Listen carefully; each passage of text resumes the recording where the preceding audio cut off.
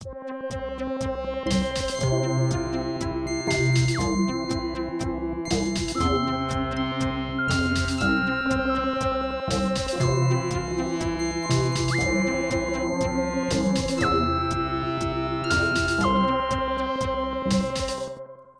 to Crossing the Chasm. I'm delighted to welcome and introduce Noni Session.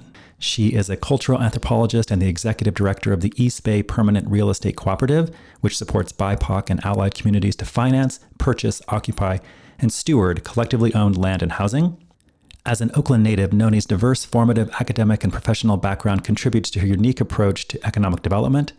Raised by teachers and small business owners, Noni cut her academic teeth on the challenge of equitable economic development. As a Fulbright Hays Fellow, she studied international humanitarian strategies for developing communities globally. Upon completing her doctoral work, she helped found several small-scale collective civic action networks. After a run for city council, where she garnered more than 43% of the District 3 vote, Noni saw a clear path to ameliorating resource disparities in her West Oakland community, building more cooperative networks and galvanizing opportunities for collective economic action. Thanks for tuning in, and I hope you enjoy the show.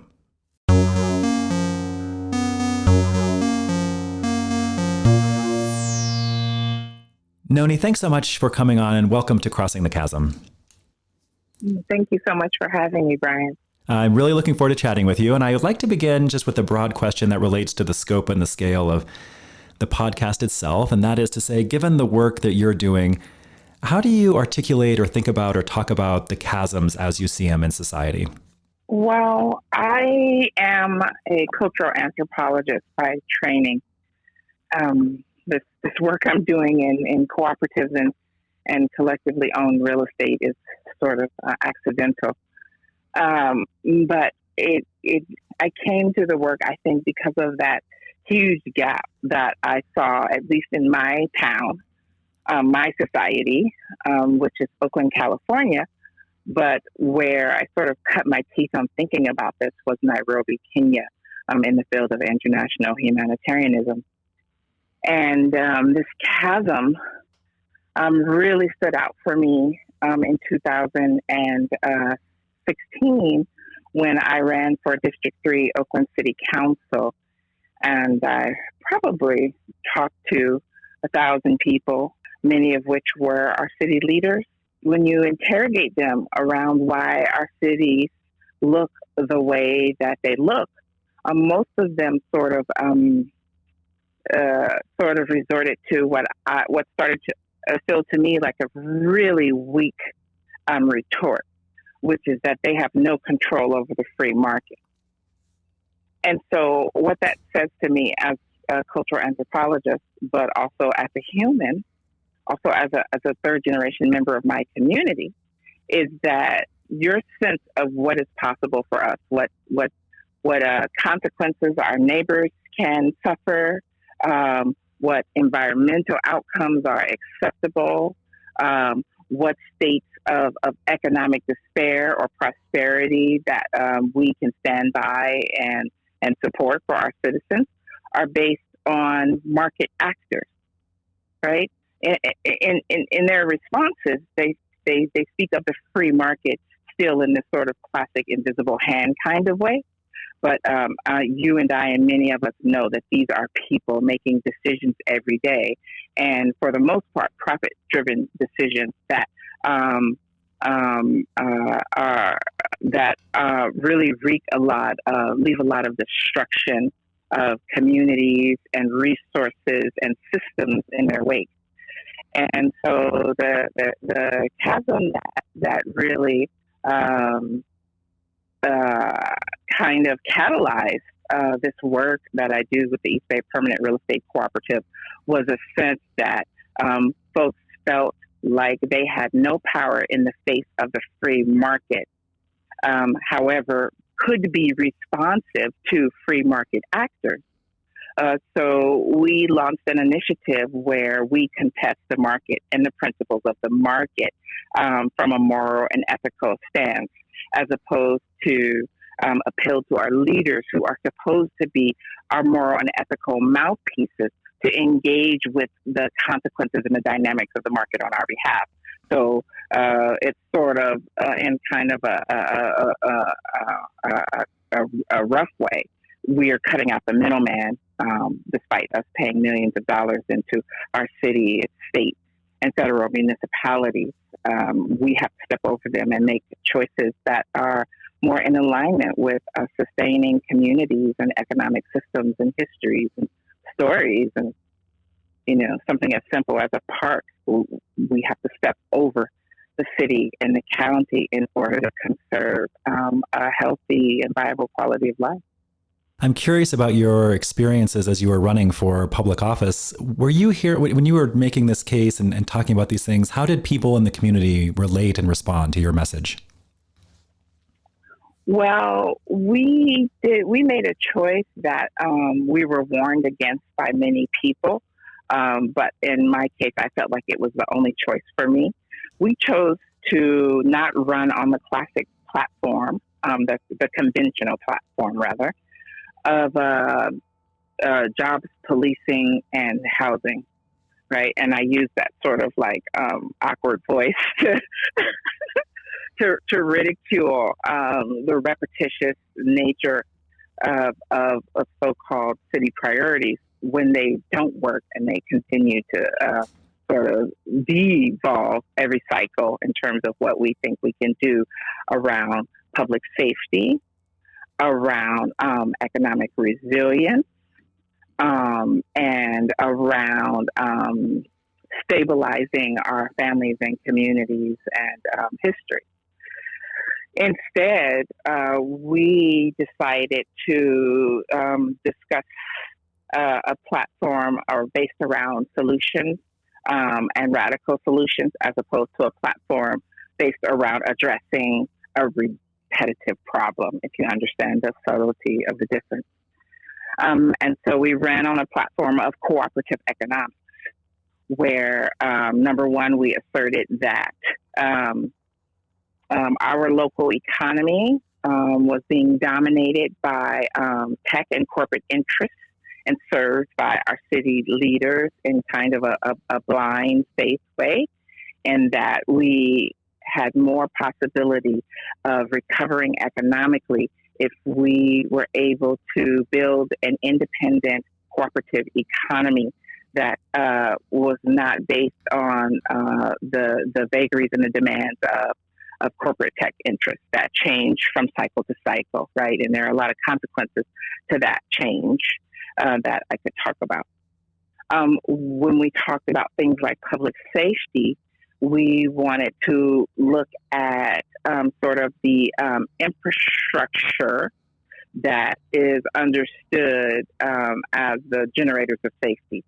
So we talked about reconnecting our public parks and rec system with our youth support system, like summer jobs, which was always the case for you and me and most of us growing up, but those relationships have been severed.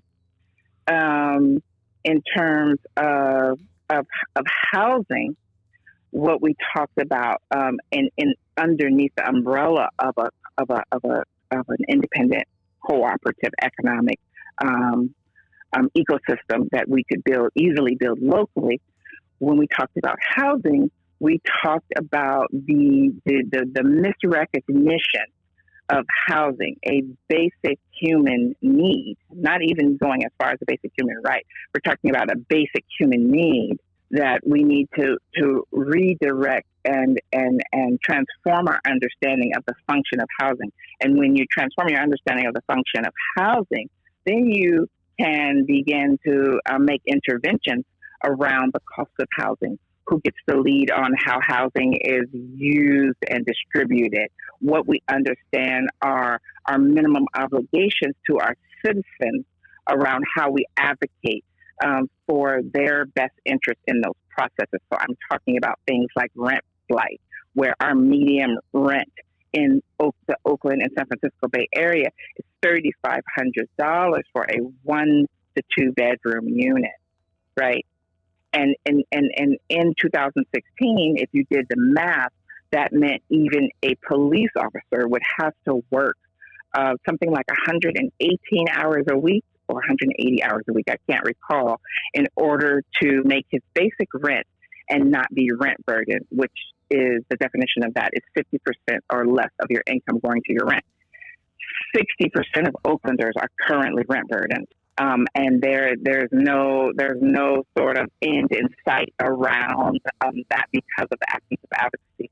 So when we sort of shifted the discussion not only towards solutions, but really viable ground level solutions that we could see the possibility of them panning out, I mean, in as little as 10 years out into the future, across every demographic except the most wealthy or the most anti-humanistic demographic, which that could be a lot of things, right? Folks were really activated by that vision. Many of them had been thinking toward solutions for different parts of the vision, and they were very excited to get on board and contribute solutions that they had been working through, but had not really been received because many of those solutions are sort of like erroneously couched as anti-capitalist, and thus, as you and I talked about before we started the call, anti-society. That there has not been a real safe place before our campaign in 2016 for folks to ground those solutions publicly and en masse. So we only lost by 1,500 votes, which is pretty interesting, running against an entrenched incumbent in the pocket of developers, as well as the fact that we only raised $10,000 and we took no corporate money. So when we came out the day after the campaign, having come so close to victory, we realized that was a referendum for the platform that we developed on the way to the candidacy.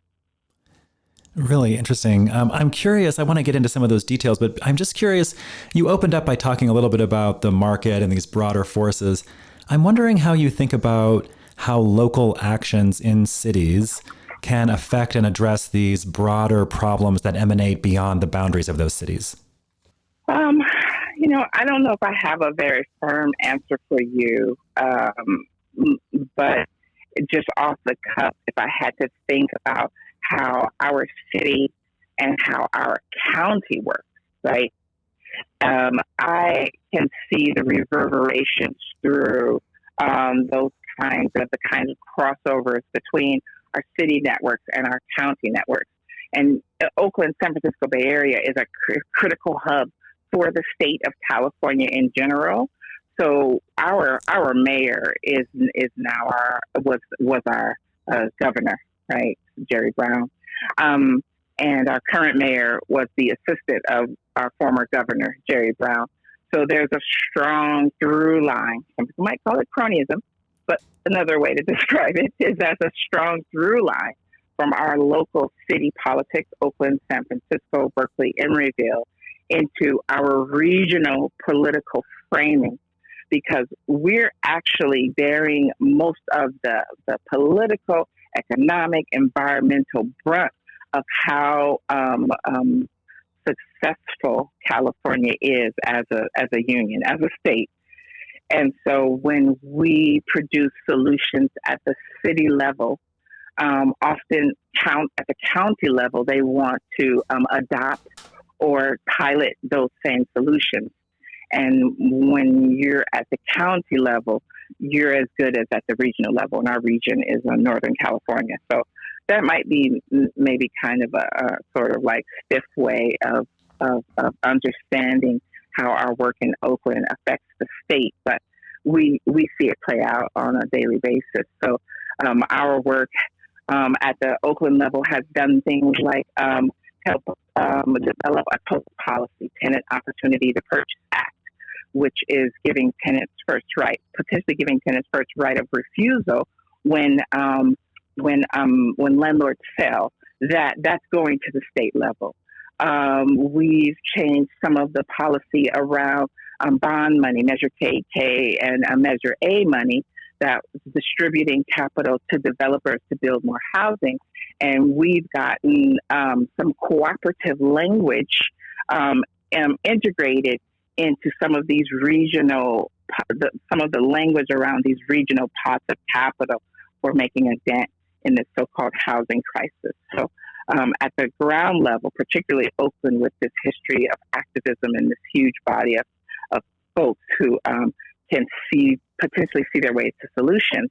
And folks are looking to us to help formulate thinking at the state level. And we obviously know that the nation looks at California for its model as well. Can you give us a background on what you mean by cooperatives and then lead into the kind of cooperatives that you're proposing and pushing forward in Oakland currently? Well, cooperatives is an old economic model. It's without the name cooperative, it's one of the oldest economic models, which is collective economic action, where folks gather together around a particular or a range of economic purposes or activities, and they share ownership, they share labor, they share decision-making power, and they share surplus, some people might call that profit. We don't tend to call it profit in the cooperative range, but they share surplus. And they redistribute it in various agreed upon ways. And that is how their work, paired with other nodes of cooperative economic activities, is what makes for an ecosystem, an economic system. The cooperative vision seems so very far away from us at this point in history as a sort of like widely accepted economic practice, because we're living in a time where we experience capitalist exchange as the only economic system that's ever been healthy or robust enough to maintain this, what we call this quality of life, the kind of Western industrialized nation practices that come with this kind of quality of life. And you and I were just talking about climate change being driven by economic growth and economic development. And the cooperative, it doesn't make any claims about growth or the thing that is the object of exchange, currency, or goods and services.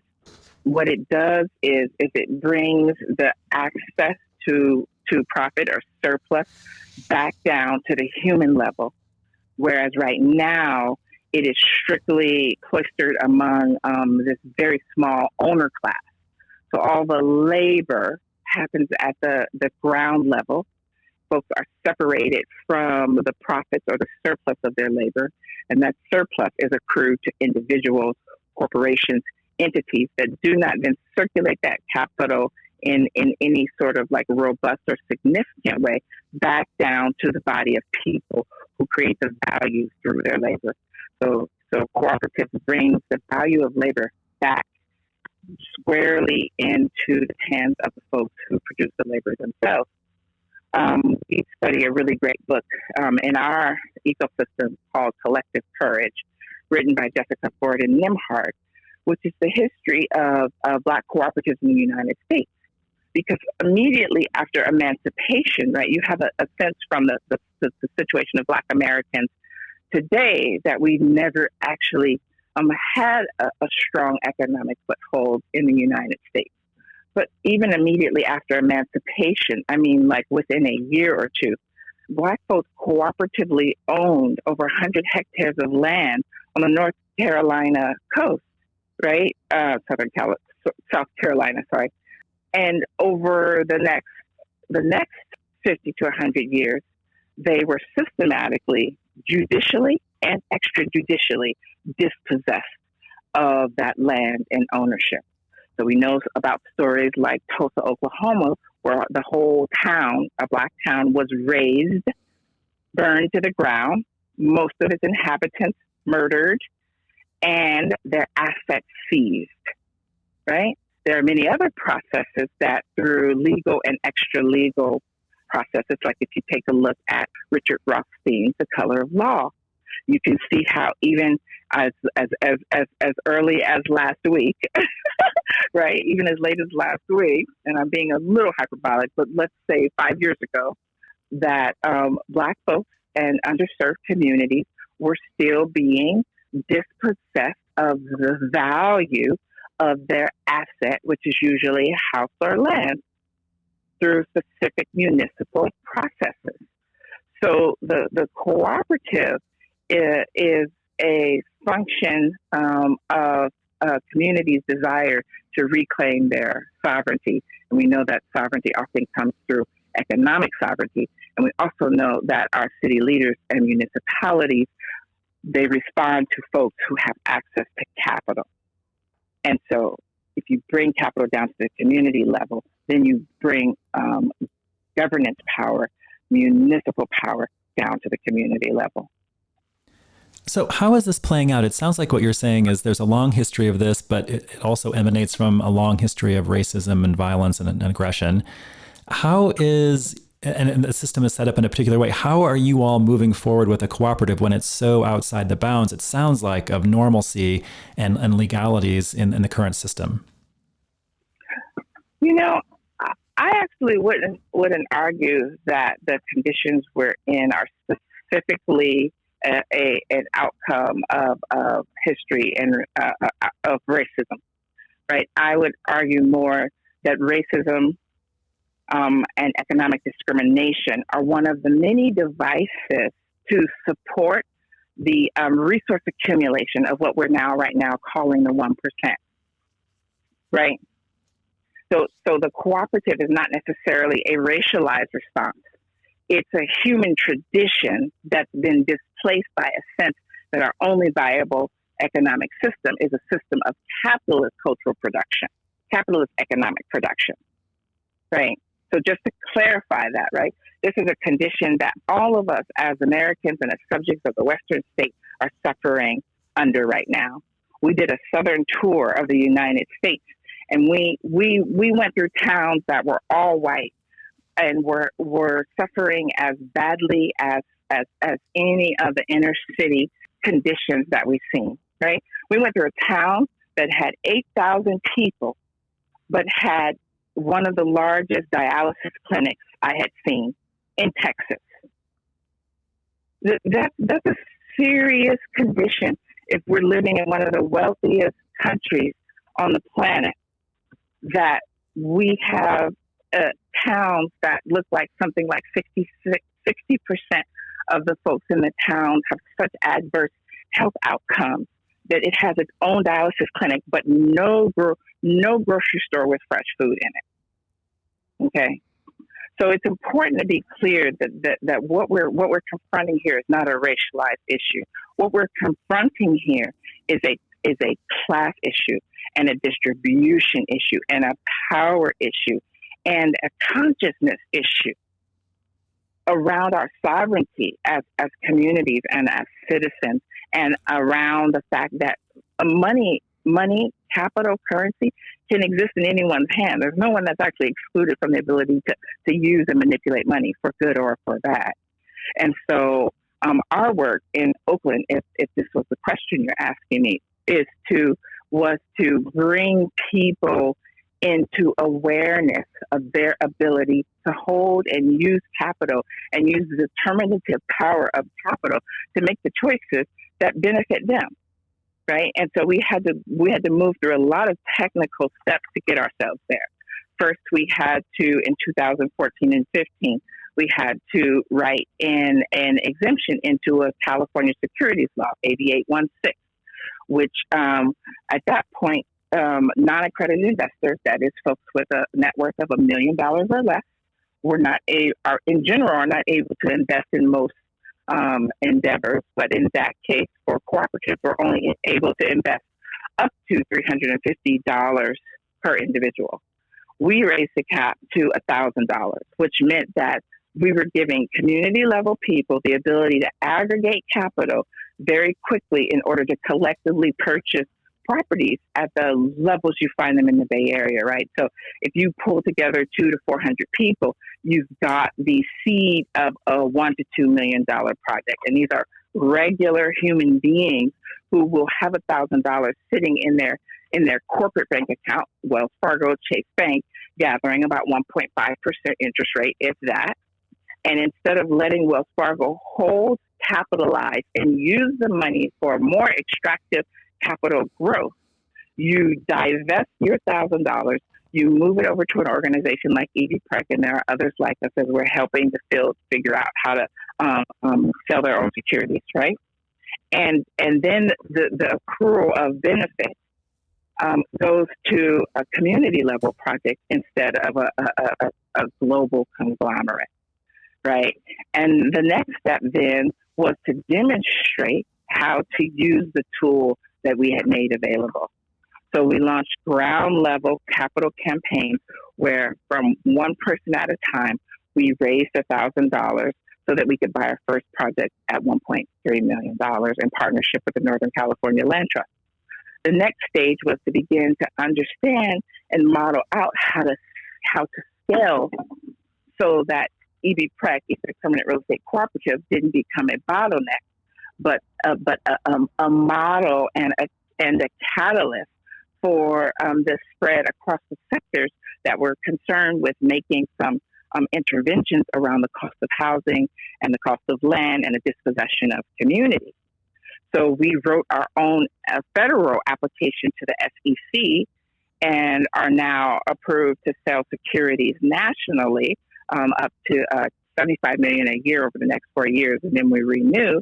And in the process of all of the steps we've had to take, we have gathered up our learnings, consulted with nascent organizations as well as large capital stewards.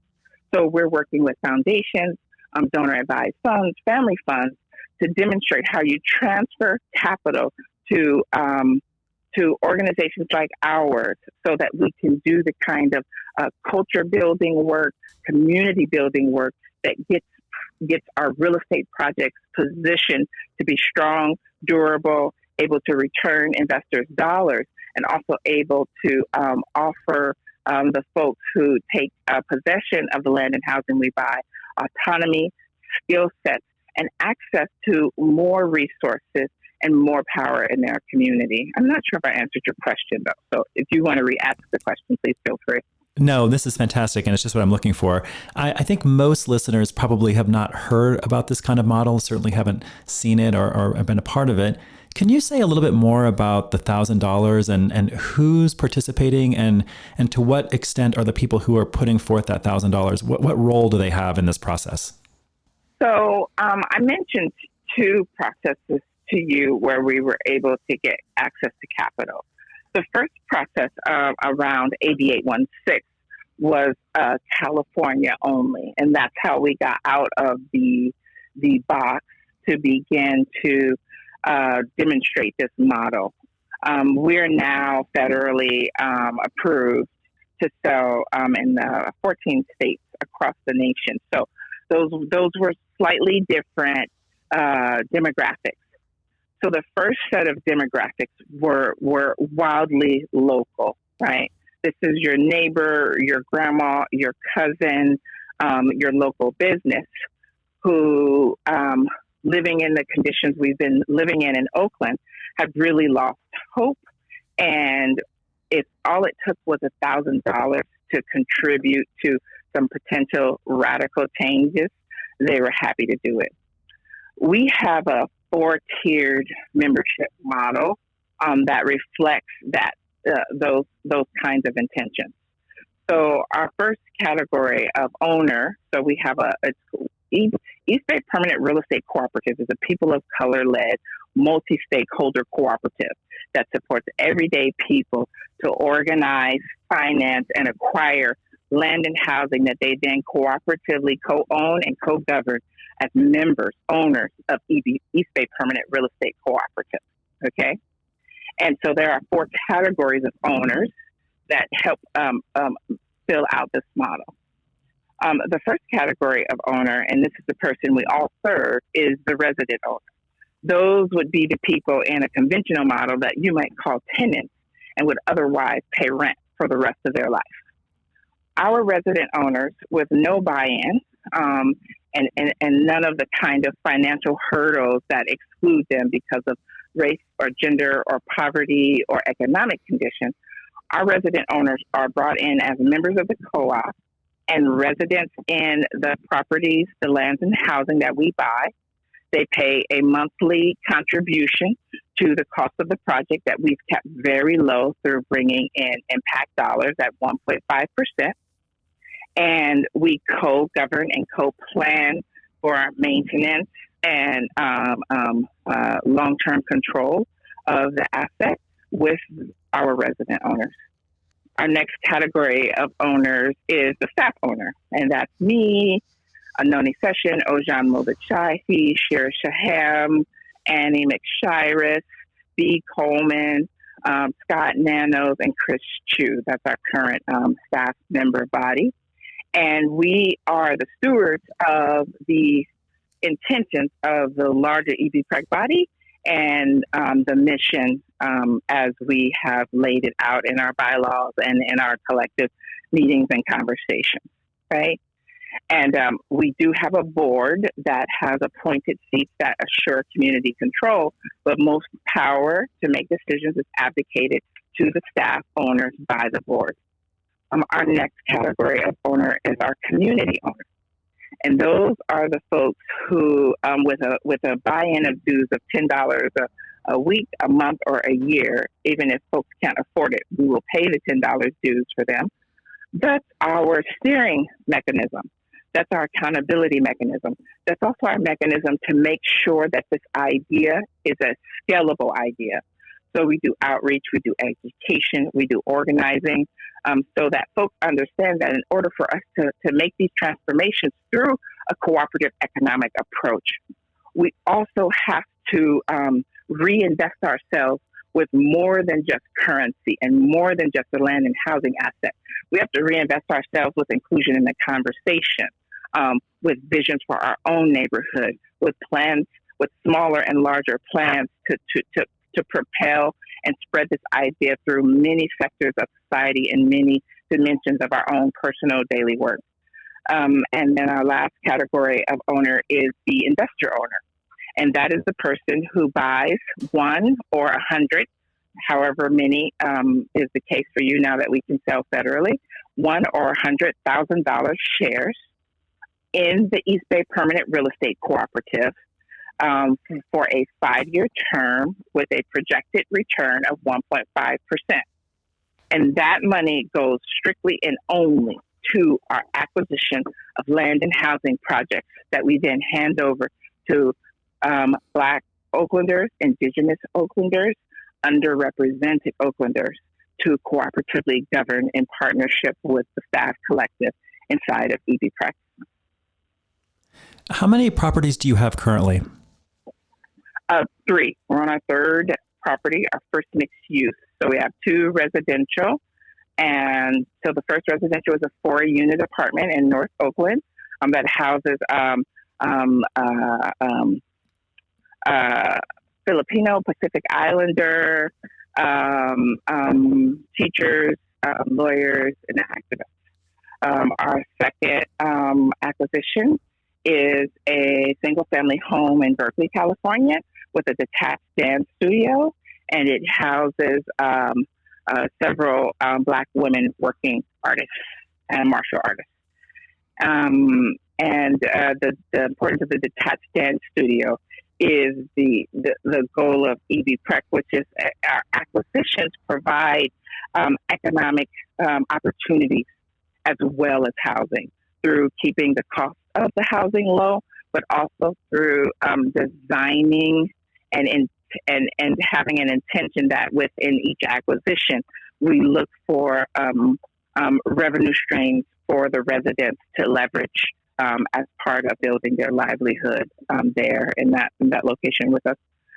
And then our 3rd acquisition, we closed escrow on in September of last year, is a mixed-use commercial acquisition, a historic Black arts acquisition that has residential housing above and has a historic bar and jazz venue below, a gallery, and a back lot that we're going to green up and open it up for cafe service, etc. So can you say a little bit more about the commercial element of all of this? Because part of it is having housing given this crisis, but what role do you see these commercial endeavors playing in the broader vision you all have? Mm-hmm. Well, as I mentioned to you a few questions ago, that when we first sort of started to get kind of juicy around the potential of this idea that we could go around capital holders and solicit our own capital at rates that were much more justice based and sane for what we wanted to build for people. I mentioned to you that we moved through a lot of southern towns, and that across the nation, our towns are falling apart.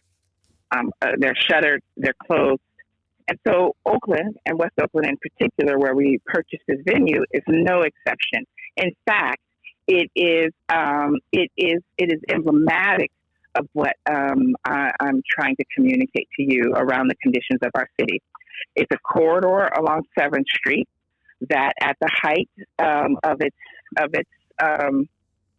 existence, and so we probably placed that around 1969, before the redevelopment plan was written, supported 250,000 Black folks, many of whom, most of whom migrated here to work and serve in Oakland, the heavy labor on the ports,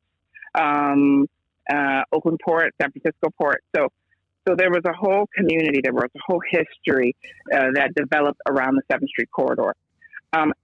As it happens in most cities, when cities are doing Department of Transportation improvement, et cetera, displacement, eminent domain is centered in the most underrepresented cities in terms of affluence, in terms of gender, in terms of race.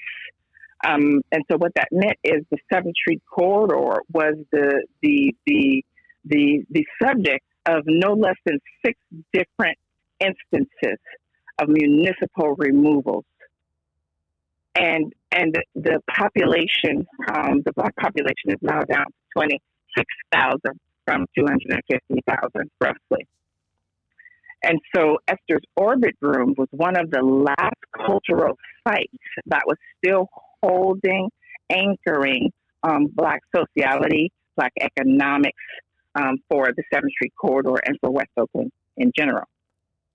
And so what we understand is, as cities have focused on making interventions into what they call the housing crisis, and actually, to be clear, there is not a shortage of housing in the Oakland Bay area. We have over 20,000 empty units. And we get the arguments around vacancy rates, et cetera. However, for the number of folks that are rent burdened and for the number of folks that are laying out on the sidewalk every night, which numbers have hit about 9,000 now, if we did not tolerate housing at the rate of $3,500 a month while we tolerate a $12 an hour wage compensation, right? If we understood that to be immoral and illegal in some ways, because there are cities across the United States that have banned some of these extractive economic practices that are really contributing to the failure of our cities, our situation will look much different.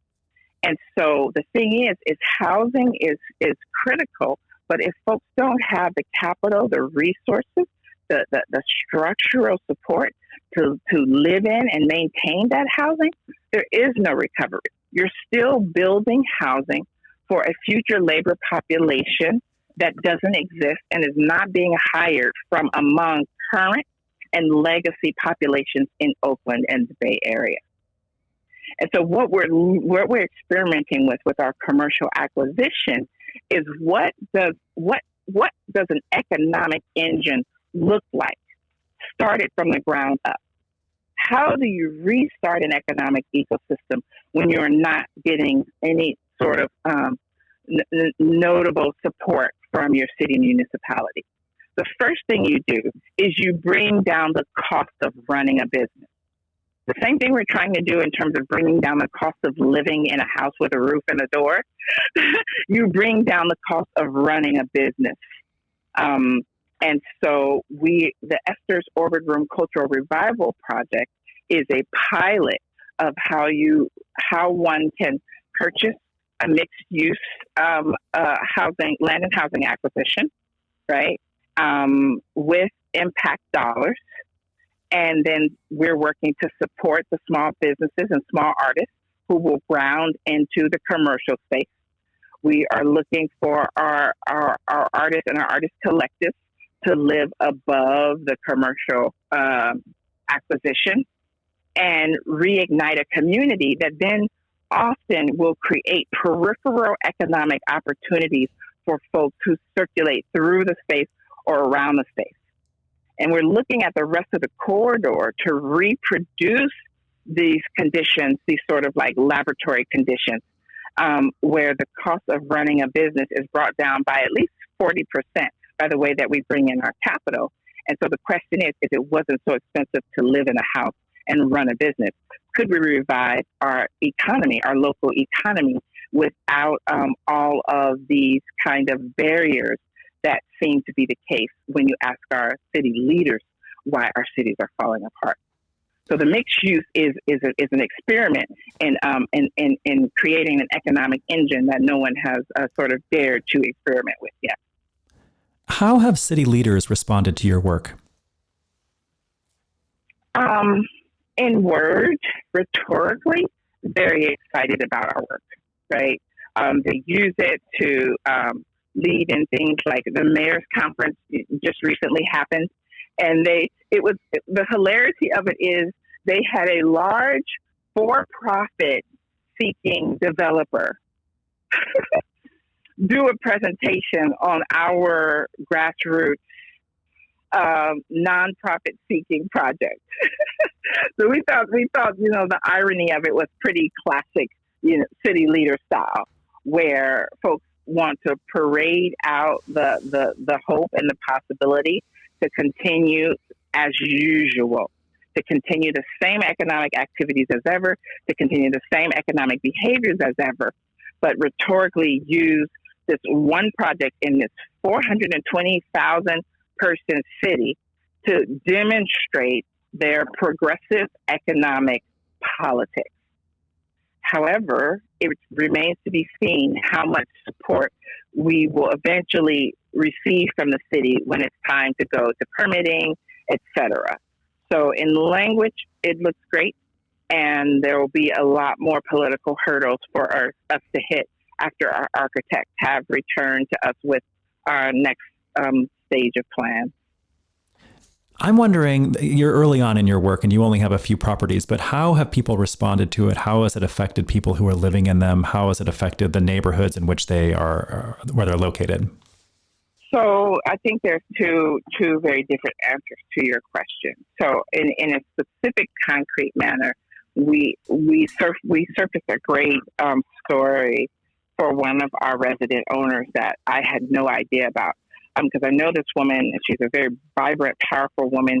She founded a project called the Alipato Project, which is the only law firm that sues domestic abusers in civil court on behalf of their victims. Like, this is a pretty powerful woman. We invited her to a speaking engagement with a bank that we were partnering with. And she shared in that when I called her to tell her that we had finally closed escrow, because it was a pretty tenuous negotiation with the owner. She was sitting alone in a cafe, and what we all did not know about her history is that as a child, her mother was a constant victim of serious domestic abuse, to the point where they had to run a lot and hide when the husband would find them again. And so she's never had permanence. And when she found that her apartment building that she had been in for 10 years, building her life with her partner with, was going on sale, she sort of started to experience that trauma again. And we didn't know anything about this. So when I called her and she was in a cafe alone doing some work, she began to weep in the cafe in public. And they have now birthed their first child, which she thought she could never do because she never knew when she was going to be unstable again. Incidentally, they've named the baby after me. The baby's name is Noni Jen, which is like, I don't know, so deep to me. I feel so deeply about that. So that's an example of the kind of stability, just knowing that someone will never sell your home from underneath you. In a wider sense, our project has activated the imagination of our whole city. It's activated the imagination of and I am not overstating this, Brian, of the entire cooperative ecosystem. I had no idea what this was going to do for people to see a bunch of, ridiculous cultural activists walking around, moving millions of dollars in capital and not hoarding it for themselves, but rather finding people to give it to and then supporting those people so that it's permanent. There's been several projects that have started in other states. There's been one that's launched in Montreal, Quebec. We have consulted with over 30 nascent organizations, and they've used parts or in whole. There are several city municipalities who have adopted our approach. There are no less than 13 different large-scale, high net worth foundations who are transforming their officers and their internal technical experts' capacity to move capital to projects like ours. I could go on. Like it has moved further than I ever imagined. It's become like a legacy project because the thing is, when we look at the way that organizations like Goldman Sachs structures a deal, these folks always work at the edge of the law and not for the greater good. And I think most of us, none of us imagine that we can also work at the edge of the law, but for the greater good. I love that. I mean, the work is extremely inspiring and super interesting. If listeners are interested in learning more about this or maybe even financially supporting it, where can they go to get more information? They can go to www.ebprec.org, and they can go to ebprec.org/esters to learn about our project in particular. They can go to ebprec.org to invest, to see ways to support the project. And they can just go to ebprec.org to learn all about us, check out our silly little blog. We do a lot of little special things to bring knowledge closer to our community. So they might really get a kick out of it. We have our bylaws on there. We post a lot of that so folks can adopt it wholesale or in part. And if they really want to get very, very deeply involved, they can email Noni, Noni, at ebprec.org, Annie at ebprec.org, or Ojan, Ojan, at ebprec.org. And we'd love to hear from them. And I want to end with just a couple questions that are a little bit more personal. One of them, just to start, is, and you've already hit on this a little bit, but beyond the work you're doing personally in your organization, what do you see in society, either in Oakland or elsewhere, that's inspiring, that gives you energy? You know what I have been noticing in this field is I've been running across a lot of Native folks who are really leading some visionary work, economically restorative work.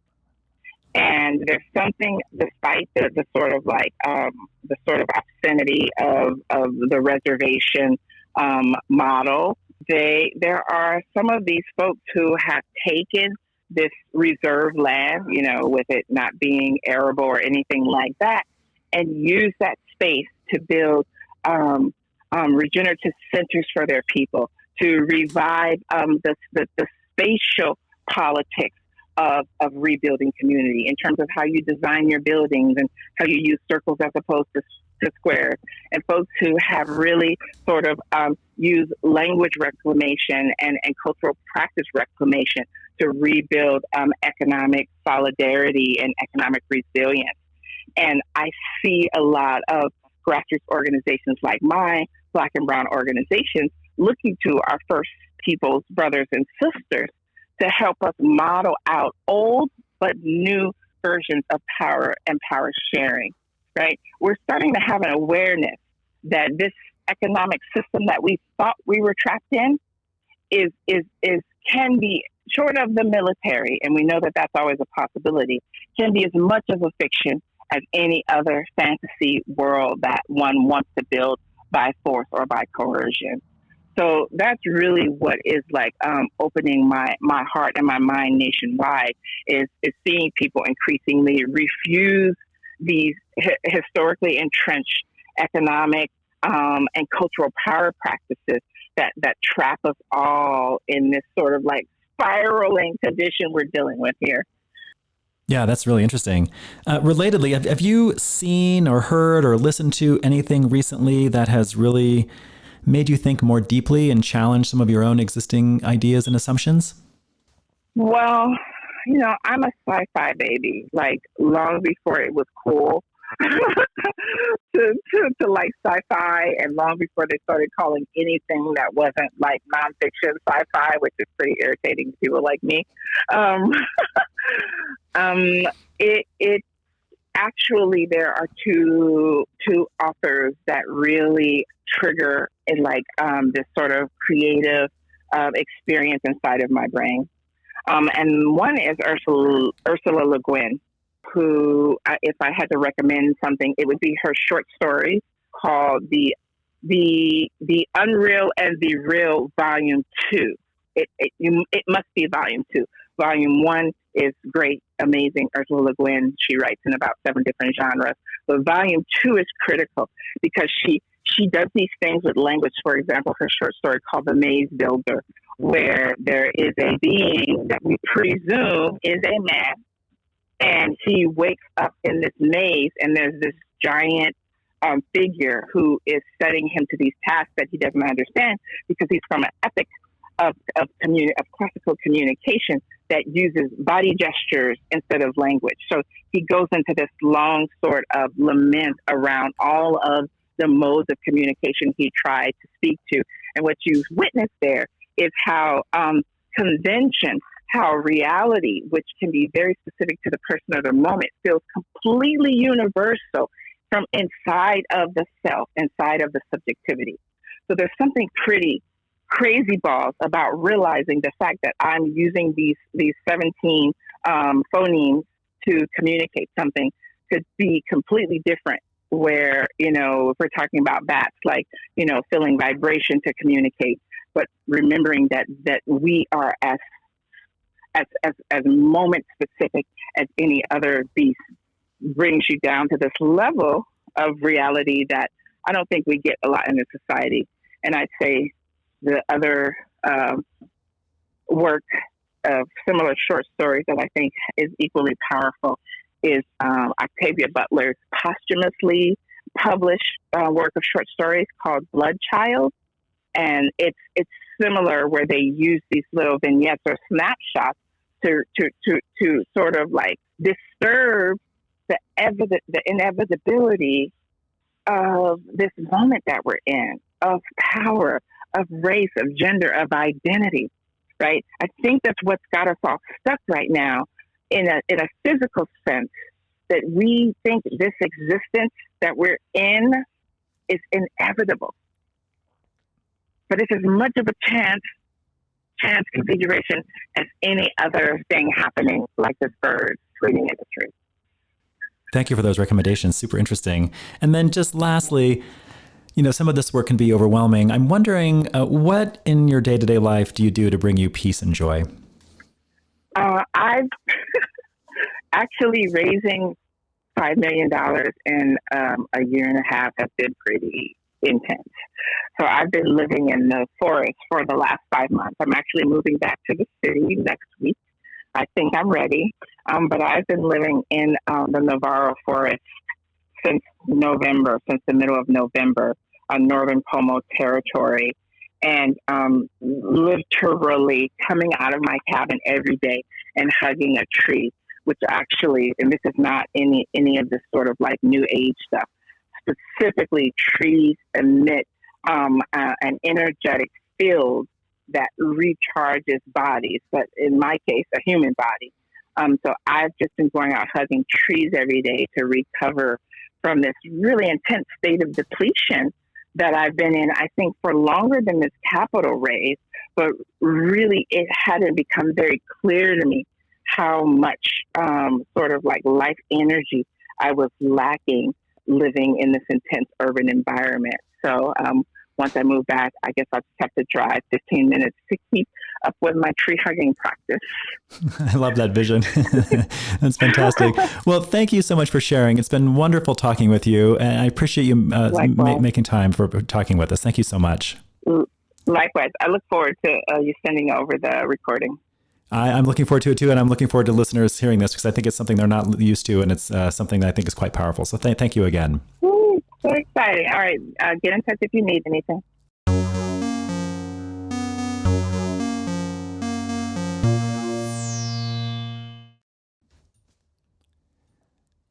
I'm really grateful for Noni joining me today, and I appreciate you all listening in. Thanks so much.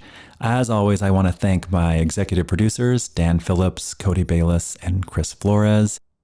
Hope you enjoyed the show, and thanks for tuning in to Crossing the Chasm.